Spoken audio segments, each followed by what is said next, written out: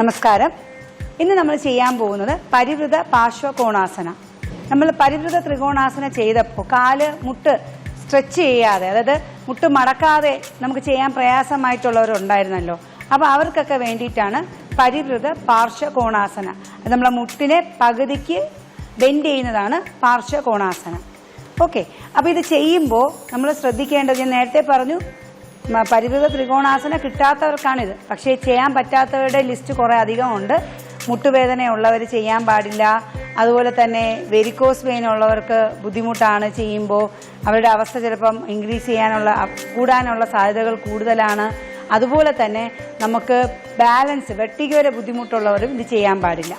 ബാക്കിയുള്ള നോർമലായിട്ട് വേറെ ശാരീരിക പ്രശ്നങ്ങളൊന്നും ഇല്ലാത്തവർക്ക് നിങ്ങളുടെ പ്രാക്ടീസിനെ ഇമ്പ്രൂവ് ചെയ്യാനായിട്ട് ഈ ഒരു ആസനം വളരെയധികം ഹെൽപ്ഫുള്ളാണ്. അപ്പോൾ ഈ ആസനം എങ്ങനെയാണ് ചെയ്യുന്നതെന്ന് നമുക്ക് നോക്കാം.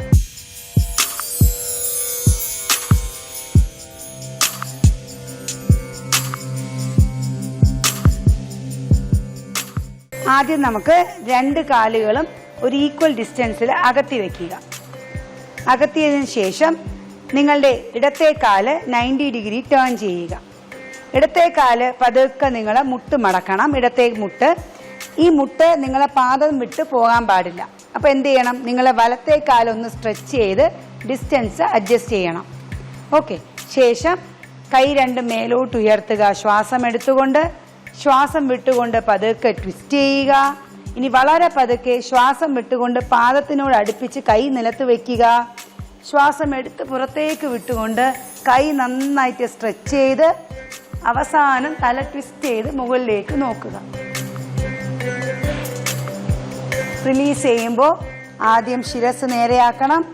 ശ്വാസം എടുത്തുകൊണ്ട് കൈ രണ്ട് മുകളിലേക്ക് കൊണ്ടുവന്ന് മുട്ട് നിവർത്തുക. ബോഡി ടേൺ ചെയ്യുക.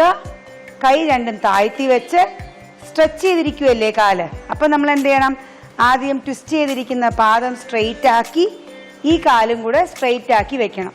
ഓപ്പോസിറ്റ് സൈഡ് ചെയ്യാനുള്ളത് കൊണ്ട് ഈ ഒരു ഡിസ്റ്റൻസ് നിങ്ങൾ പഴയ അവസ്ഥയിലേക്ക് കൊണ്ടുവരണ്ട. അതങ്ങനെ തന്നെ മെയിൻറ്റെയിൻ ചെയ്യുക. ഇനി വലത്തെ വശം 90 ഡിഗ്രി, കാൽമുട്ട് മടക്കുക. ആവശ്യമാണെങ്കിൽ കാലൊന്ന് എക്സ്റ്റെൻഡ് ചെയ്യുക.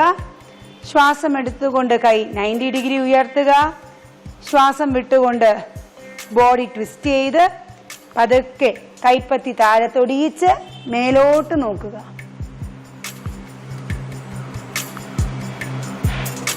ശ്വാസം എടുത്ത് വിട്ടുകൊണ്ട് തല തിരിക്കുക. കൈ പതുക്കെ മുകളിലേക്ക് ഉയർത്തി മുട്ട് നിവർത്തി ശ്വാസം എടുത്ത് വിട്ടുകൊണ്ട് കൈ റിലീസ് ചെയ്ത് പതുക്കെ പാദം സ്ട്രെയിറ്റ് ചെയ്യുക. ഇനി നമ്മൾ പഴയ അവസ്ഥയിലേക്ക് വരികയാണ്. അപ്പോൾ ഇടത്തെ കാല് വലത്തെ പാദത്തിനോട് ചേർത്ത് വെച്ച് കണ്ണടച്ച് റിലാക്സ് ചെയ്യുക.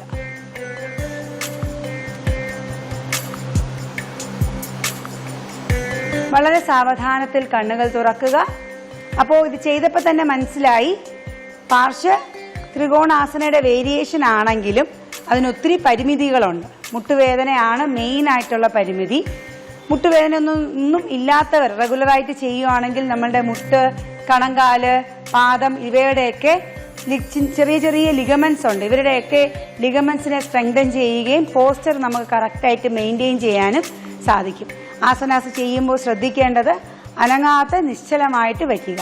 ത്രികോണം നമ്മൾ വരയ്ക്കുമ്പോൾ ത്രികോണം വളയുന്നില്ല, സ്ട്രെയിറ്റ് ലൈനാണ്. അതേപോലെ ബോഡിയുടെ ഓരോ ഭാഗവും അതേപോലെ സ്ട്രെയിറ്റ് ആയിരിക്കണം. പതുക്കെ പതുക്കെ പ്രാക്ടീസ് ചെയ്ത് നമുക്ക് ആ അവസ്ഥയിലേക്ക് വരാനായിട്ട് സാധിക്കും. മുൻ എപ്പിസോഡുകൾ കാണാൻ സാധിക്കാത്തവർ വിഷമിക്കേണ്ട. നമ്മളുടെ വെബ്സൈറ്റിൽ യൂട്യൂബ് ചാനലിൽ തന്നെ www.janantv.com എന്ന് പറയുന്ന യൂട്യൂബ് ചാനലിൽ തന്നെ യോഗയുടെ എല്ലാ എപ്പിസോഡുകളും അപ്ലോഡ് ചെയ്തിട്ടുണ്ട്. റെഗുലറായിട്ട് അത് പ്രാക്ടീസ് ചെയ്യുക.